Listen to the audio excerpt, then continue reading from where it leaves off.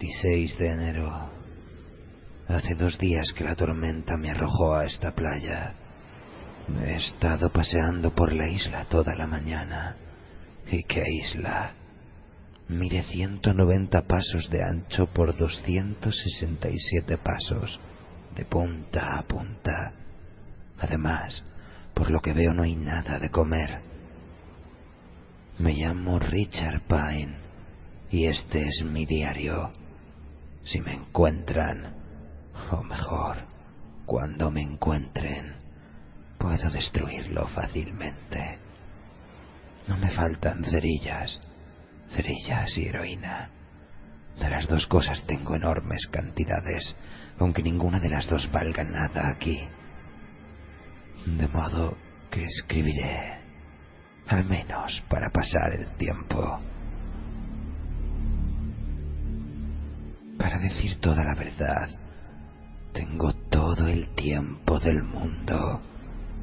Debería empezar por aclarar que cuando nací en Little Italy, el barrio italiano de Nueva York, me llamaron Richard Pinsetti. Mi padre, que era un desgraciado, procedía del viejo mundo. Yo quería ser cirujano. Mi padre se reía a mandíbula batiente, me llamaba chalado y me mandaba a buscar otro vaso de vino. Murió de cáncer a los 46 años. Me alegré. Empecé a jugar al fútbol en el instituto. Fui el mejor jugador de la historia local. Jugaba de defensa. Durante los 2 últimos años recorrí todas las ciudades de los Estados Unidos. Odiaba el fútbol, pero si eres un chaval pobre que vive en una casa barata y quiere ir a la universidad, tu única oportunidad es el deporte. Así que jugué y conseguí una beca para atletas. En la universidad seguí jugando hasta conseguir una beca de estudios completa. Entonces lo dejé. Iba a estudiar medicina. Mi padre murió 6 semanas antes de mi graduación. No me importó. ¿Acaso creéis que me hubiera gustado subir a la tarima para recoger el diploma y ver aquella bola de sebo allí sentada? ¿Les gusta a las gallinas viajar en metro? Además, ingresé en un club estudiantil, no uno de los mejores, con un nombre como Pinsetti, pero después de todo era un club. ¿Por qué escribo todo esto? Es bastante divertido. No, rectifico, es extraordinariamente divertido. El gran Dr. Pine, sentado en una roca, en pantalones de pijama y camiseta, en medio de una isla que se puede cruzar con un salivazo, escribiendo la historia de su vida. Tengo hambre. Pero no importa, escribiré la maldita historia de mi vida si me da la gana. Al menos así no pensaré en mi estómago. Cambié mi apellido por el de Pine antes de empezar los estudios de medicina.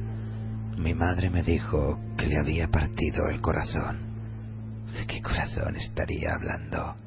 Al día siguiente, al del entierro del viejo, le estaba guiñando el ojo al judío de la tienda de la esquina. Para tratarse de alguien que adoraba su nombre de aquella manera, corría como un diablo para cambiarlo por el de Steinbrunner. Todo lo que yo anhelaba en la vida era ser cirujano. Desde los días del colegio. Ya entonces me vendaba las manos antes de empezar un partido y me las lavaba después con agua y jabón. Si quieres ser cirujano, tienes que tener cuidado con las manos. Algunos de mis compañeros me tomaban el pelo y me llamaban mariquita. Nunca llegué a enfrentarme con ninguno de ellos. Ya es bastante peligroso jugar al fútbol. El que realmente llegó a ponerme de los nervios fue Howie Plotsky, un estúpido gigantón con la cara llena de cicatrices. Por aquel entonces yo repartía periódicos y aprovechaba para vender un poco de lotería, lo cual me permitía conocer gente, establecer contactos. No te queda más remedio si quieres sobrevivir. Cualquier imbécil sabe cómo caerse muerto, pero lo realmente difícil es sobrevivir, ¿comprendéis? Pues eso fue lo que me decidió a pagar a Ricky Brazzi, que era el tío más grande del instituto, para que le partiera la boca a Howie Brodsky. Sí, eso es lo que he dicho, partirle la boca. Le prometí $1 por cada diente que me trajera. Rico vino con 3 dientes envueltos en papel de periódico. Se dislocó un par de nudillos en el trabajito. Podéis imaginar en qué lío me hubiese metido.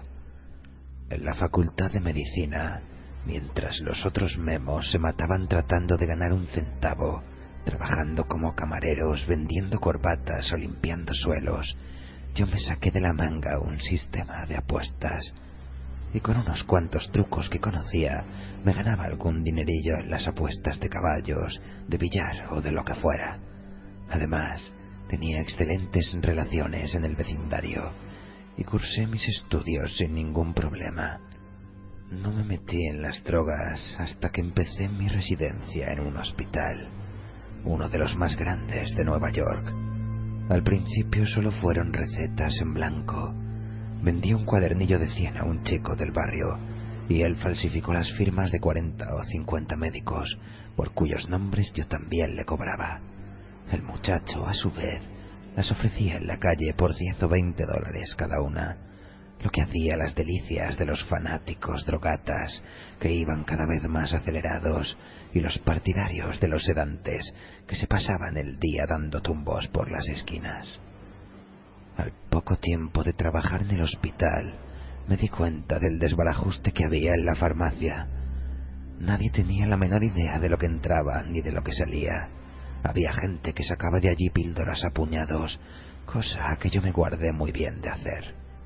Siempre he tomado todo tipo de precauciones y nunca he tenido problemas hasta que me descuidé y la suerte me volvió la espalda. Pero sé que caeré de pie. Siempre ha sido así. Me duele la muñeca y el lápiz se ha quedado sin punta. No puedo seguir escribiendo. No sé por qué me preocupo tanto. Es probable que me encuentren pronto.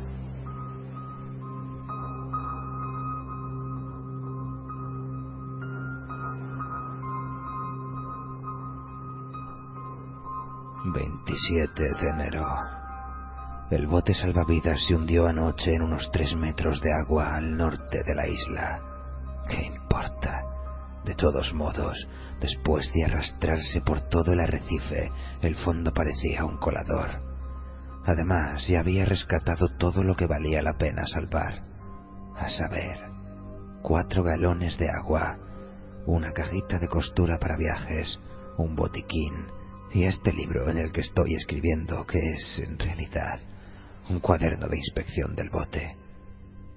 Por cierto, ¿cómo es que a nadie se le ocurrió poner comida de reserva en el bote? El último informe que aparece en el cuaderno lleva fecha de 8 de agosto de 1970.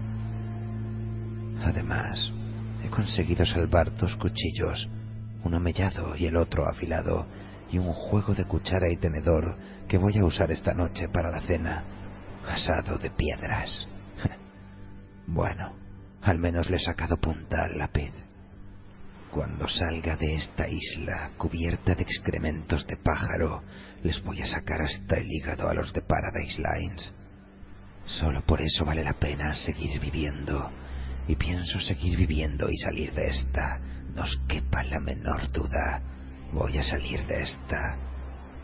Por cierto, olvidé una cosa al hacer el inventario. 2 kilos de heroína pura. Algo así como $350.000 en las calles de Nueva York. Aunque aquí no valga más que un puñado de cacahuetes.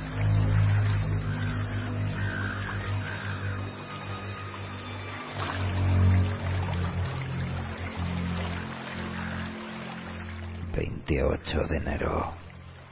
Bueno, por fin he comido algo, si es que a eso se le puede llamar comer.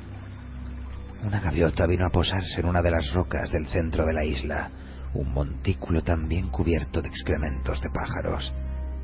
Agarré una piedra que tenía a mano y me acerqué a ella todo lo posible. No se movía, observándome con sus ojos negros y brillantes. Me sorprendió que no la asustara el ruido de mis tripas. Arrojé la piedra con todas mis fuerzas y le di de lleno. La gaviota lanzó un gran nido y trató de volar, pero le había roto el ala derecha. Trepé en su busca, pero se alejó a saltos. La sangre manchaba sus plumas. Me dio bastante trabajo. Metí el pie en un agujero entre dos rocas y estuve a punto de partirme el tobillo. Finalmente, cuando empezaba a cansarme, logré darle alcance al otro lado de la isla. La gaviota se había metido en el agua y se alejaba. La atrapé por la cola, pero se volvió y me dio un picotazo. Le agarré una de las patas y con la otra mano le retorcí el cuello. El sonido de las vértebras al romperse me llenó de satisfacción. La cena está servida, caballero. Me la traje al campamento, pero antes de desplumarla y cortarla a trozos, me limpié la herida con yodo. Los pájaros llevan toda clase de gérmenes y solo me faltaba una infección. La operación de la gaviota fue un éxito, pero no había manera de cocinarla. No hay vegetación en la isla, ni maderas a la deriva, y por si fuera poco, el bote se ha hundido. Así que me la comí cruda. El estómago quiso devolverla inmediatamente, aunque yo estaba de acuerdo con él, pero no se lo podía permitir. Así que empecé a contar hasta 100 al revés hasta que pasaron las náuseas. Es un sistema que funciona casi siempre. ¿Os dais cuenta del bicharraco que casi me rompe el tobillo y después me da un picotazo en la mano? Si cazo otra gaviota mañana la torturaré. A esta la he dejado escapar sin castigo. Mientras escribo, veo su cabeza cortada en la arena.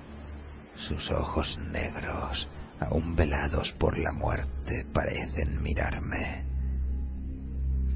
¿Tienen cerebro las gaviotas? Es comestible.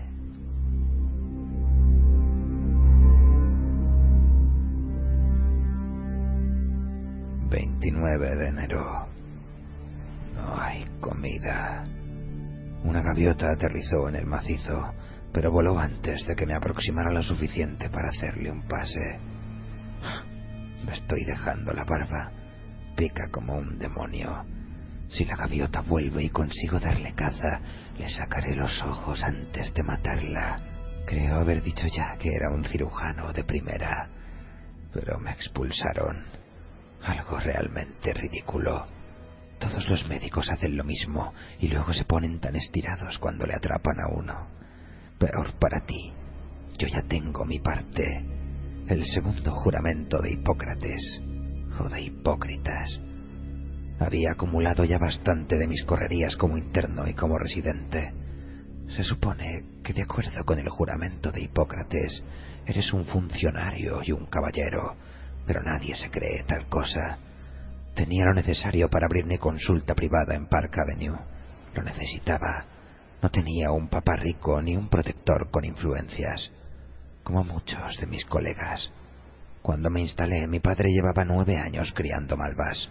Mi madre murió un año antes de que me revocaran la licencia. Pasó lo siguiente. Yo tenía un trato con media docena de farmacéuticos del East Side, además de un par de laboratorios y al menos otros 20 médicos.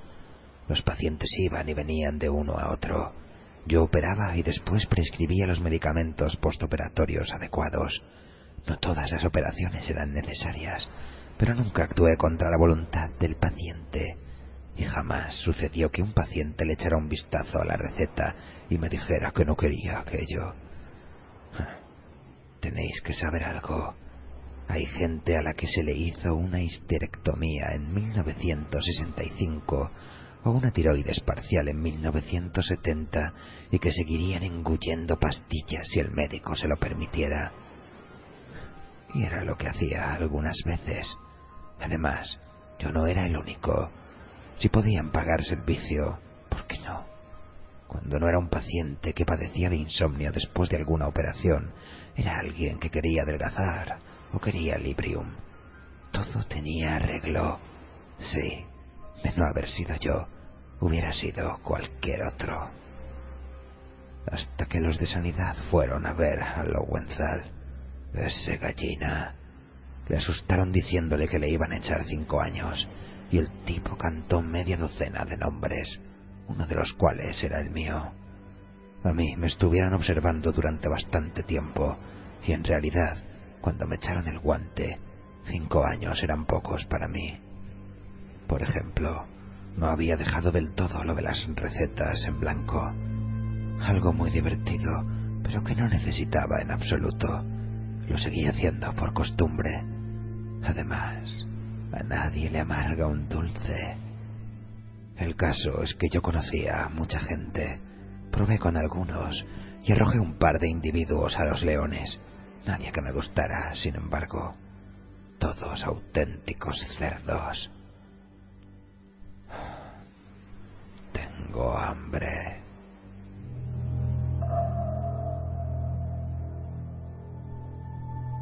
30 de enero. Hoy no hay gaviotas, lo que me recuerda a los letreros de las tiendas de comestibles del barrio. Hoy no hay tomates.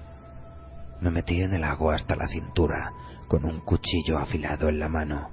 Permanecí inmóvil durante casi 4 horas, mientras el sol caía de pleno sobre mis espaldas. Creía desmayarme un par de veces, pero conté hasta 100 al revés, y desapareció la sensación. No vi un solo pez. Ni uno.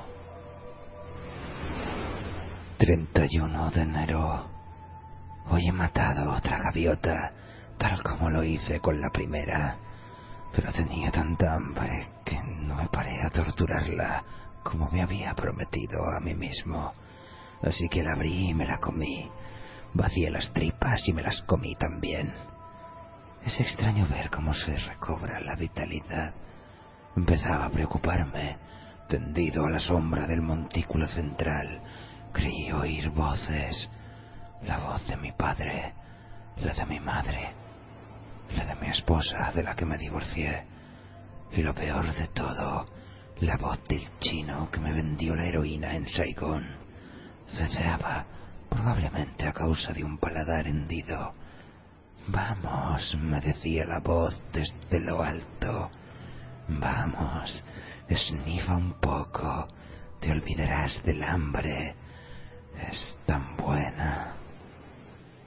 Pero yo nunca había tomado drogas, ni siquiera para dormir. Lowenthal se suicidó, el muy gallina. ¿No os lo había dicho? Se colgó en el que había sido su consultorio. Desde mi punto de vista, le hizo un favor al mundo. Yo quería recuperar mi título.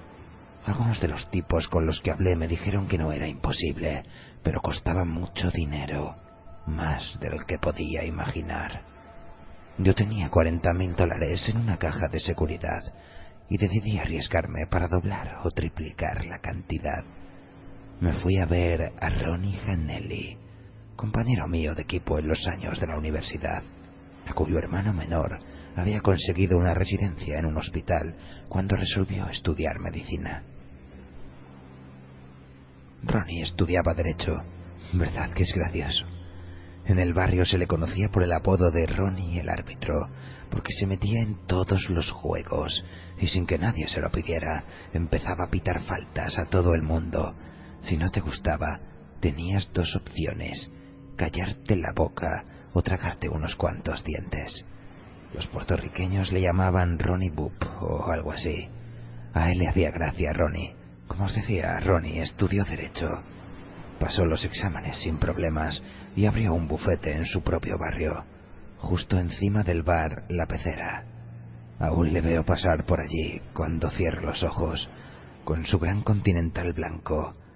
Era el usurero más grande de toda Nueva York, un tiburón. Sabía que Ronnie tendría algo para mí. «Es peligroso», dijo, «pero tú sabes cuidarte, y si traes la mercancía te presentaré a un par de individuos. Uno de ellos es funcionario del Estado». Me dio 2 nombres, el de Henry Litsu, el chino, y el de Solom Mengó, un químico vietnamita. El vietnamita probaba la heroína del chino a cambio de dinero. El chino era conocido por sus bromas. Por ejemplo, llenaba las bolsitas de plástico con talco o detergente o almidón. Ronnie decía que un día una de aquellas bromas le iba a costar la vida.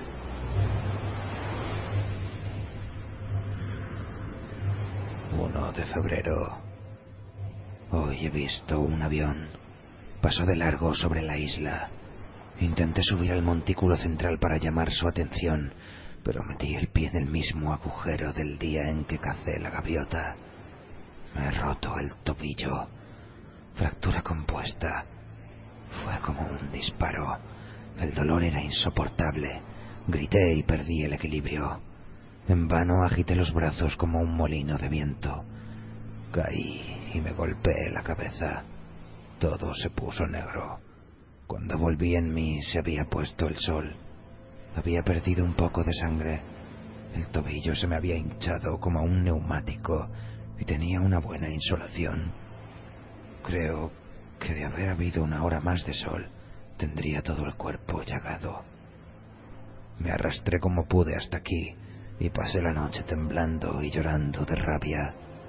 Me he desinfectado la herida de la cabeza, situada encima del lóbulo temporal derecho, y me la he vendado como he podido. Es una herida superficial en el cuero cabelludo con una pequeña contusión, creo. Pero el tobillo es una mala fractura en 2 puntos, quizá 3. ¿Cómo voy a cazar las gaviotas ahora? El avión debía de estar en busca de supervivientes del Calas. En medio de la oscuridad y la tormenta, el bote salvavidas ha de haber recorrido kilómetros. No creo que vuelva por aquí. Dios, cómo me duele el tobillo. 2 de febrero. He puesto una señal en la playa de Guijarros del lado sur de la isla, donde se hundió el bote. Me llevó todo el día, con algún descanso en la sombra. Aún así, me desmayé 2 veces. Calculo haber perdido unos 8 kilos, en su mayor parte por deshidratación. Desde aquí veo las 5 letras que tardé el día entero en componer. Rocas oscuras sobre la arena blanca. Gritan ayuda en letras de 1,5 metros. El próximo avión no va a pasar de largo. El pie me palpita constantemente. Todavía está hinchado y se ha puesto sospechosamente blanco alrededor de la fractura. Cada vez más blanco. Si me lo vendo con la camisa, apretando mucho, el dolor cede, pero aún así duele tanto que más que dormirme me desmayo. Empiezo a pensar que tal vez haya que amputar. 3 de febrero. La hinchazón y la pérdida de color son todavía mayores. Esperaré hasta mañana. Si la operación es imprescindible, creo que podré llevarla a cabo. Tengo cerillas para esterilizar el cuchillo y aguja e hilo de la cajita de costura. Como vendaje podría utilizar la camisa. Además, tengo 2 kilos de analgésico, aunque no precisamente del que prescribiría a mis pacientes, aunque ellos lo habrían empleado de haber dispuesto de él. Podéis apostar.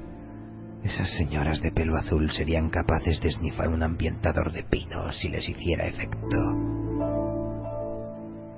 4 de febrero. He decidido amputar el pie. Hace 4 días que no como.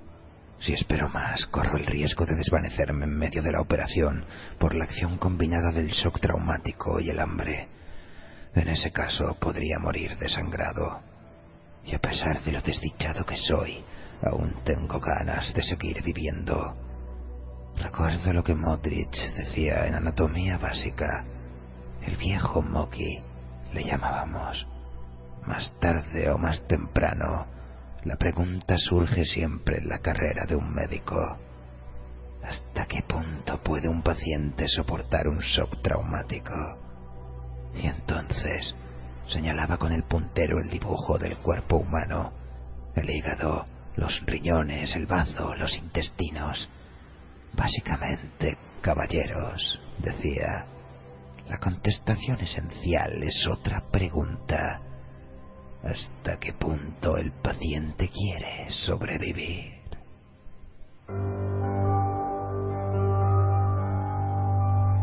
Creo poder hacerlo, de verdad. Supongo que estoy escribiendo para aplazar lo inevitable, pero se me ocurre que no acabé de contar por qué me encuentro aquí. Tal vez deba hacerlo por si la operación no sale bien. Tardaré solo unos minutos y estoy seguro de que todavía habrá claridad para la operación, ya que según mi reloj son las 9 de la mañana. En realidad, fui a Saigón como turista, no sé por qué. Hay miles de personas que van allí cada año a pesar de la guerra de Nixon. También hay gente a la que le gusta presenciar accidentes o peleas de gallos. Mi amigo chino tenía la mercancía. Se la llevé a Engo, quien me ratificó que era de primera clase. Me contó también que Litsu había gastado una de sus bromas hacía 4 meses y que su mujer había saltado hecha pedazos por los aires al poner la llave de encendido en su automóvil. Desde entonces no había vuelto a hacer bromas. Me quedé en Saigón 3 semanas. Había reservado pasaje de regreso a San Francisco en un crucero, el Calas, primera clase. Subir a bordo con la mercancía no presentó problema alguno. Engo arregló el asunto, sobornando a 2 oficiales de aduana que se limitaron a saludarme y hacer pasar las maletas.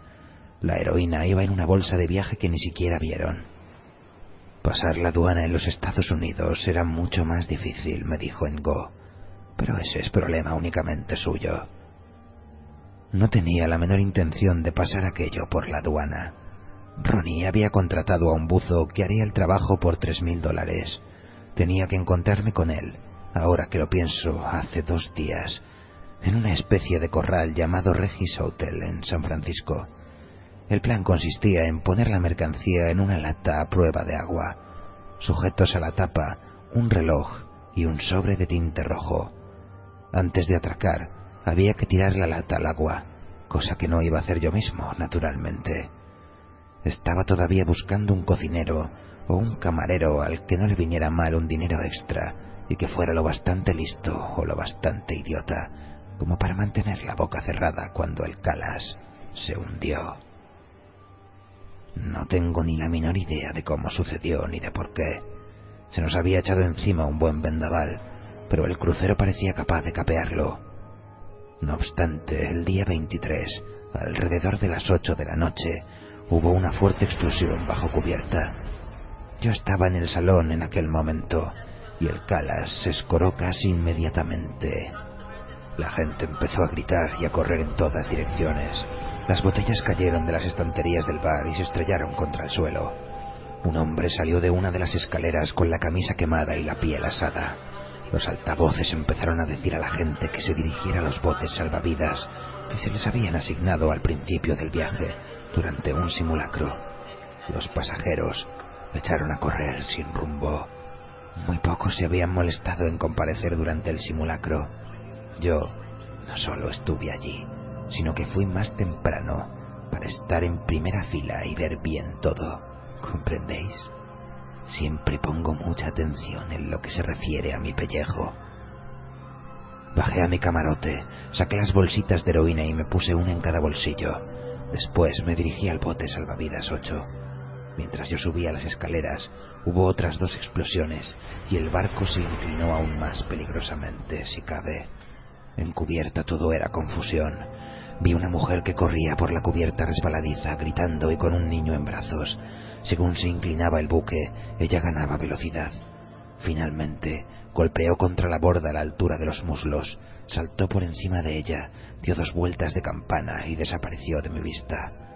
Había un hombre de mediana edad sentado en medio del puente que se arrancaba los cabellos con las manos. Otro, con ropas blancas de cocinero, la cara y las manos horriblemente quemadas, se daba contra las paredes y gritaba. El pánico era total y se había contagiado del pasaje a la tripulación como una epidemia. Tenéis que tener en cuenta que entre la primera explosión y el hundimiento del barco pasaron solamente 20 minutos. Algunos de los botes iban repletos de gente que aullaba y otros totalmente vacíos. El mío, que estaba en la zona más próxima al agua, estaba casi desierto. Nadie más que yo y un marinero, con la cara muy pálida y llena de espinillas. «Echemos al agua enseguida a este condenado barreño», dijo con los ojos desorbitados, «porque la maldita bañera se va a pique sin remedio». Maniobrar un bote no es nada difícil, pero con los nervios el marinero se hizo un lío con las maromas de su lado. El bote bajó unos 2 metros y quedó colgado, yo más cerca del agua que él. Fui hacia su lado para ayudarle cuando empezó a gritar. Había logrado deshacer el nudo, pero al mismo tiempo se había pillado la mano. La soga se deslizó sobre la palma, dejándosela en carne viva.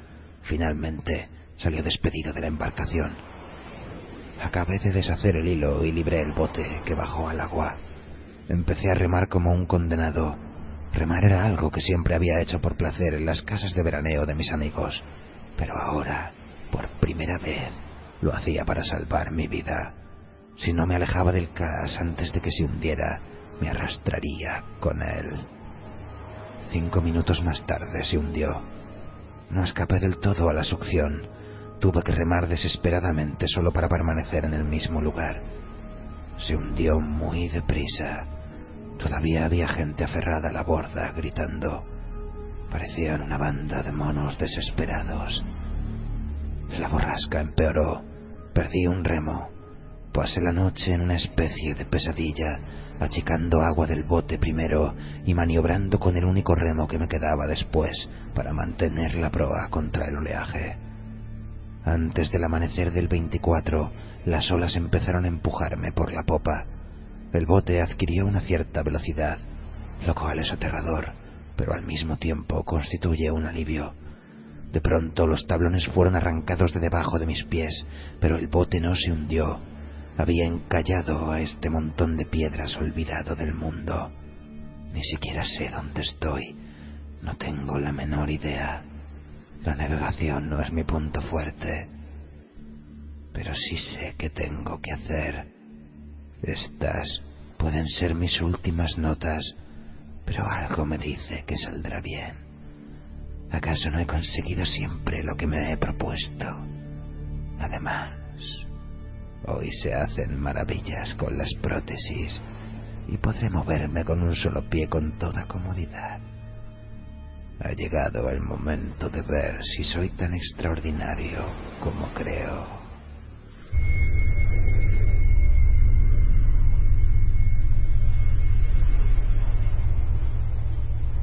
5 de febrero. Lo hice. El dolor era lo que menos me preocupaba, porque puedo soportarlo, pero temía que la debilidad, el hambre y el dolor combinados me hicieran perder el conocimiento antes de acabar. Pero la heroína resolvió el problema maravillosamente. Abrí una de las bolsitas y aspiré 2 generosas dosis sobre una roca plana. Primero la ventanilla derecha, luego la izquierda. Era una especie de hielo deslumbradoramente anestésico que invadía mi cerebro íntegro. Aspiré la heroína al dejar de escribir, ayer a las 9:45. Cuando volví a mirar la hora, las sombras se habían movido, dejándome parte del cuerpo al sol, y eran las 12:41. Me había adormilado. Nunca había imaginado que fuese tan fantástico. No comprendo por qué le tenía tanta manía. El dolor, el miedo y la infelicidad. Todo desaparece dejando solo una calma eufórica. Operé en aquellas condiciones. Como era de esperar, sentí un dolor agudísimo, especialmente en la primera parte de la operación. Pero el dolor parecía desconectado de mí, como si fuera de otro. Me molestaba, pero me resultaba extraordinariamente interesante. ¿Podéis entender lo que digo? Si alguna vez habéis empleado un calmante con una fuerte base de morfina, sabréis a qué me refiero. Hace algo más que mitigar el dolor. Induce un estado mental, una cierta serenidad. Entiendo por qué la gente se queda colgada. Aunque esa sea una palabra horrorosamente fuerte, y que usa en general la gente que nunca lo ha probado. A media operación, el dolor empezó a ser algo más personal. Oleadas de desfallecimiento me acometían. Miré con ansia la bolsita de heroína, pero me obligué a apartar la vista. Si volvía a adormilarme, moriría desangrado con la misma seguridad que si me desmayara. Conté hasta 100 al revés. La pérdida de sangre era el factor más crítico. Como cirujano, era vitalmente consciente de ello. No debía perder una gota más que lo imprescindible.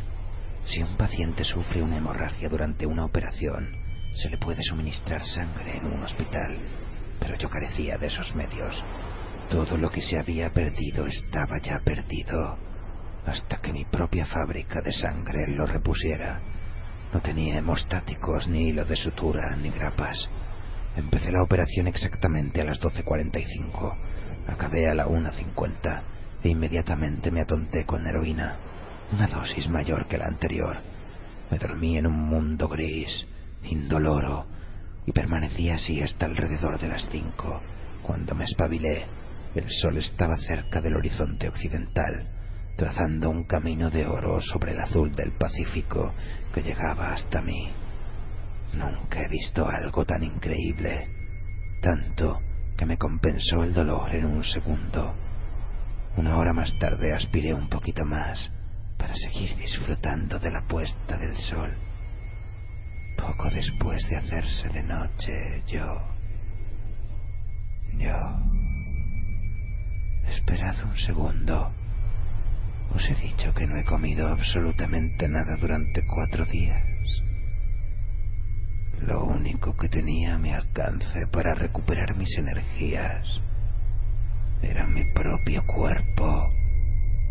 Después de todo, ¿no se ha dicho una y otra vez que la supervivencia es una cuestión mental, de una mente superior?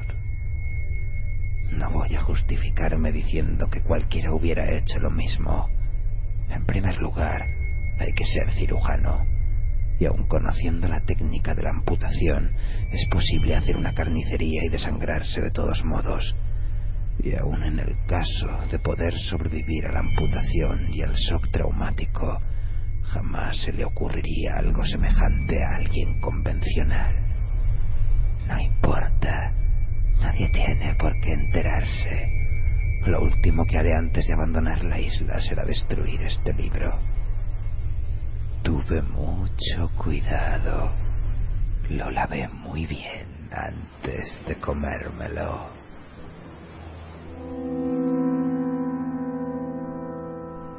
7 de febrero. El dolor del muñón es intensísimo. En ocasiones realmente insoportable, pero creo que el escozor profundo del proceso de cicatrización es todavía mucho peor. Esta tarde me he acordado de los pacientes que me tenían harto con lo mucho que les picaba la carne remendada, que era horrible y que no se podían rascar. Yo sonreía y les decía que se sentirían mejor al día siguiente, pensando que se quejaban sin razón, que eran débiles e ingratos. Ahora lo comprendo perfectamente. Varias veces he estado a punto de arrancar la camisa que sirve de vendaje y rascarme la herida, hundir los dedos en la carne cruda y tierna, quitarme los puntos, dejar que la sangre corriera en la arena. Cualquier cosa con tal de no sentir ese horrible y enloquecedor hormigueo. Pero entonces contaba hasta 100 al revés y aspiraba a heroína. No tengo ni idea de cuánta he llegado a tomar, pero sí sé que he estado casi permanentemente dopado desde la operación. Como sabéis, quita el hambre. Ni siquiera sé si tengo hambre. Siento algo extraño, fantasmal, algo vacío y muerto en la barriga.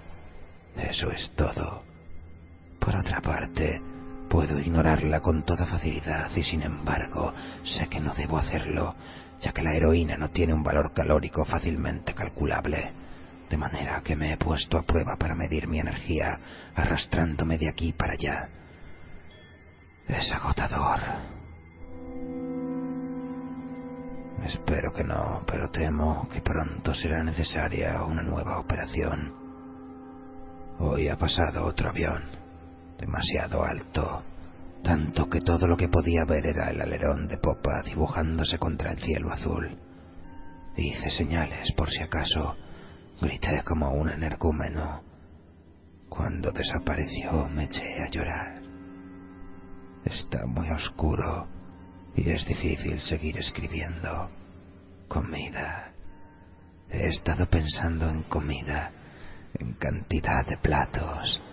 La lasaña de mi madre, pan de ajo, caracoles, langosta, chuletas, melocotones, asado. La gran porción de pastel de mantequilla y el helado de vainilla hecho en casa que te sirven en Mother Crunch, en la Primera Avenida.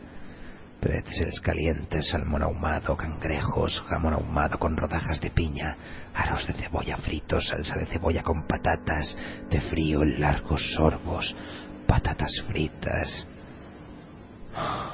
Te relames los labios de gusto. 100, 99, 98, 97, 96. 8 de febrero. Esta mañana ha aterrizado otra gaviota en el montículo. Era grande y gorda. Mientras yo reposaba a la sombra de mi roca, la que considero mi campamento particular, con el muñón apuntando al cielo.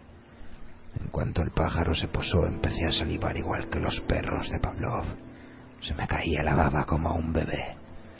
Busqué una piedra del tamaño de mi mano y empecé a arrastrarme hacia el pájaro. No tenía demasiadas esperanzas. Estaba seguro de que saldría volando, pero había que intentarlo. Si atrapara un ave tan gorda y tan insolente como esa, tal vez pudiese posponer la segunda operación indefinidamente. Continué, aunque de vez en cuando me golpeaba el muñón contra el canto afilado de una roca y veía las estrellas en todo el cuerpo, obligándome a reposar hasta que el dolor se calmara. La gaviota no escapó. Daba saltitos de aquí para allá con el pecho hinchado como un general pasando revista a las tropas. De vez en cuando me miraba con sus ojos pequeños, negros y malignos, y no me quedaba más remedio que quedarme inmóvil como una piedra y contar hasta 100 a la espera de que volviera a moverse. Cada vez que agitaba las alas, el hielo me invadía el estómago. No podía dejar de salivar. Se me caía la baba como a un niño. No sé cuánto tiempo estuve al acecho. 1 hora, quizá 2. Cuanto más me acercaba, más fuerte me latía el corazón y más apetecible parecía la gaviota. Daba la impresión de estar burlándose de mí y empecé a temer que antes de que la tuviese a mi alcance echara a volar. Me temblaban las piernas y los brazos, tenía la boca seca. El muñón, por su parte, me daba unas punzadas asesinas.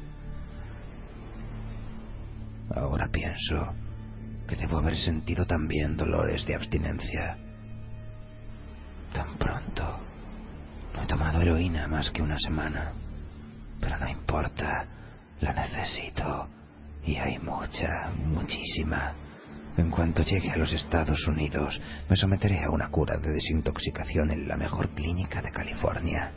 Pero ahora no importa demasiado, ¿verdad? Cuando tuve la gaviota a mi alcance, no quise arrojar la piedra. Estaba irracionalmente seguro de que erraría, probablemente por unos pocos centímetros. Tenía que acercarme, así que seguí arrastrándome con la cabeza alta y el sudor cayendo a chorros por mi cuerpo maltrecho de espantapájaros. Creo que se me están pudriendo los dientes. Os lo he dicho ya. Si fuera supersticioso, diría que es porque comí algo en mal estado. Pero no creo que esa sea la razón, ¿verdad? Me detuve otra vez. Estaba mucho más cerca de esta gaviota que de cualquiera de las anteriores. No conseguía obligarme a tirar la piedra. La agarré con toda mi alma hasta que me dolieron los dedos, pero ni siquiera así pude hacerlo, porque sabía perfectamente que no dar en el blanco significaba la muerte. No me importaba emplear toda la mercancía. Les voy a poner un pleito que se van a cortar toda la vida. Viviré como un rey durante el resto de mi vida, mi larga, larga vida. Estoy convencido de que hubiera escalado hasta poder tomarla con la mano si finalmente no hubiera levantado el vuelo. La hubiera estrangulado, pero extendió las alas y echó a volar. La insulté, me hinqué de rodillas y le lancé la piedra con las pocas fuerzas que me quedaban, y le di. El pájaro soltó un gran nido y cayó al otro lado del montículo, entre risas y temblores. Sin preocuparme por los golpes en el muñón ni por si se me abría la herida, llegué a la cima y empecé a descender por la otra vertiente. Perdí el equilibrio y me di en el suelo con la cabeza. En aquel momento ni siquiera lo advertí. Aunque tengo un magnífico chichón como recuerdo, solo podía pensar en la gaviota y en cómo la había dado. Suerte fantástica, aún volando le había dado. La gaviota se arrastró hasta la playa, con el ala rota y el cuerpo ensangrentado. Me arrastré tras ella todo lo rápido que me era posible, pero ella era más veloz. Una carrera de lisiados. Podría haberla capturado, ya estaba muy cerca de no haber sido por mis manos. Tengo que cuidar mis manos. Puedo volver a necesitarlas. A pesar del cuidado, tenía las palmas llenas de tajos cuando por fin llegamos a la playa. Por si fuera poco, golpeé mi reloj contra una roca y saltó hecho añicos. La gaviota entró en el mar cojeando, graznando como una endemoniada.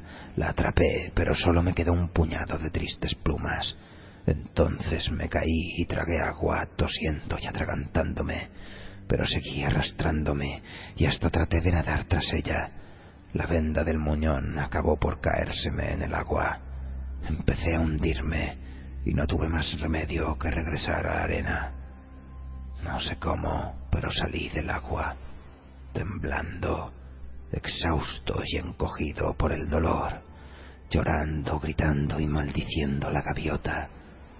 Todavía estaba a la vista, allá lejos, cada vez más lejos. Creo recordar que en un momento le rogué que volviera. Eso sí, cuando salió al arrecife juraría que estaba muerta. No es justo. Me llevó casi una hora arrastrarme hasta el campamento. He tomado demasiada heroína, pero aún así continúo enfadado con la gaviota. Si no iba a dejarse cazar, ¿para qué burlarse así de mí? ¿Por qué diablos espero tanto? 9 de febrero. Me he amputado el pie izquierdo y lo he vendado con mis pantalones. Extraño. Durante toda la operación se me cayó la baba. Se me cayó la baba, como cuando descubrí la gaviota. Se me caía la baba sin parar, pero me obligué a esperar hasta la noche. Conté hasta 100 al revés, 20 o 30 veces. 11 de febrero. Ha llovido durante 2 días con mucho viento. Cambié algunas rocas de lugar, hice una especie de escondrijo con ellas y me guarecí allí dentro todo el tiempo. Sorprendí una pequeña araña. La tomé con los dedos antes de que escapara y me la metí en la boca.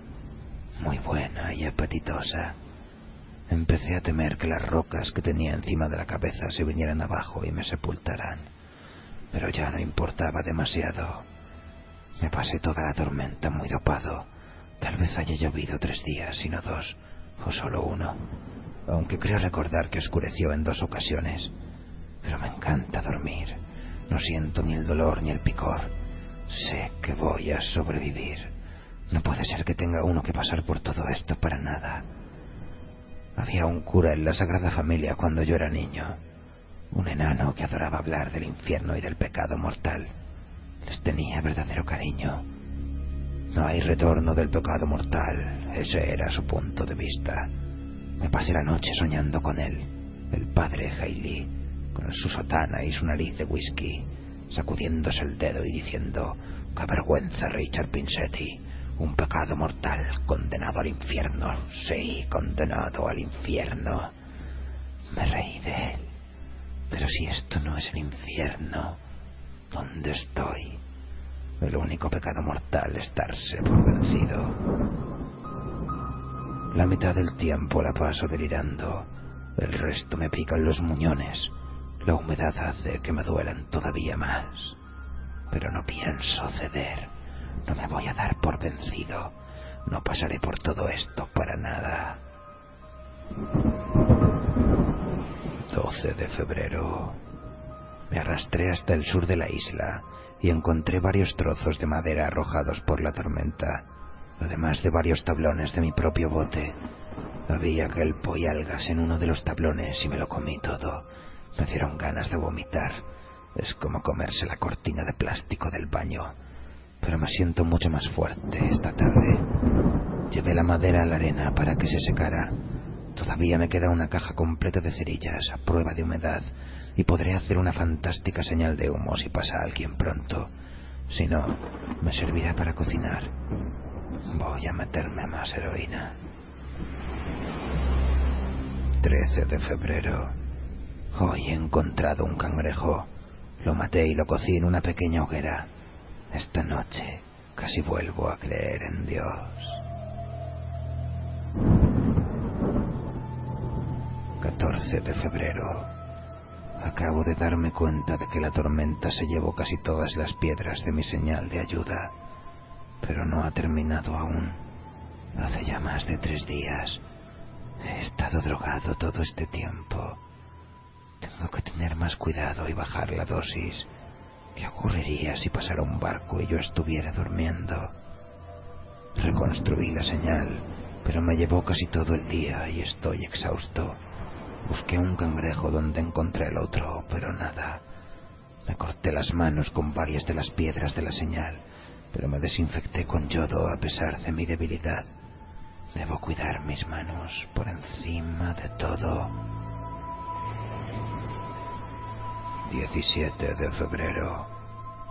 Me he cortado la pierna derecha a la altura de la rodilla, pero he perdido mucha sangre. El dolor era inenarrable a pesar de la heroína. Solo el shock hubiera matado a un hombre menos hombre que yo. Déjame contestar con una pregunta. ¿Hasta qué punto el paciente quiere sobrevivir? Me tiemblan las manos. Si me traicionan, estoy perdido. No tienen ningún derecho a traicionarme. Ningún derecho. Las he cuidado durante toda su vida. Las he mimado. Mejor que no me traicionen. No se van a arrepentir. Por lo menos ya no siento hambre. Uno de los tablones del bote se partió por la mitad. Una de las partes tenía una punta bastante afilada, que fue la que usé. Se me caía la baba, pero me hice esperar pensando en las barbacoas que se preparaban en casa de Will Hammersmith. Tenía una casa preciosa en Long Island, con una barbacoa donde se podía asar un cerdo entero. Acostumbrábamos a sentarnos al atardecer con tragos largos en la mano, hablando de nuevas técnicas quirúrgicas o de golf, o de cualquier otra cosa, y la brisa nos traía el olor del cerdo asado. 23 de febrero. Hoy me he cortado la otra pierna a la altura de la rodilla. He estado dando cabezadas todo el santo día. También encontré un pez muerto, podrido y apestoso, pero es igual, me lo comí. Me doblaban el cuerpo las arcadas, pero no me lo permití. Sobreviviré. Estoy también con la heroína. Puestas de sol y heroína. Febrero. No me atrevo, pero tengo que hacerlo. Aunque aún no sé cómo hacer para ligar la arteria femoral tan arriba. Es amplia como una maldita autopista a esa altura. A pesar de todo tengo que hacerlo. He marcado la parte alta, el muslo, la parte donde todavía hay carne, con lápiz. Desearía poder dejar de babear. Oh, me merezco un descanso. Me levantaré e iré al McDonald's. Pediré 2 hamburguesas con salsa especial, lechuga, pepinillos, cebollas y un panecillo. Hoy me he visto la cara en el agua. Era una calavera cubierta de piel. Me habré vuelto loco ya. Debo estarlo. Ahora soy un monstruo, un engendro. No me queda nada bajo las ingles. Soy un verdadero monstruo, una cabeza atada a un torso que se arrastra por los codos en la arena. Soy un cangrejo dopado. Soy un pobre cangrejo dopado, dame una moneda. Dicen que de lo que se come se cría, así que técnicamente todavía soy el mismo. Hoy he soñado con mi padre. Cuando se emborrachaba olvidaba el inglés. No es que tuviera nada interesante que decir de todos modos. Condenado cerdo. Me alegré tanto de irme de tu casa. Chapucero. No vales nada. Yo sabía que lo lograría. Me alejé de ti, ¿verdad? Me fui andando sobre las manos. Pero ya no puedo cortar nada más con ellas. Ayer me corté las orejas. La mano izquierda lava la derecha. No dejes que tu mano izquierda sepa lo que hace la derecha. ¿Qué importa una mano u otra? Buena comida, buena carne, buen Dios. Sentémonos y comamos. Después de todo, pies de cerdo saben igual que manos de cerdo.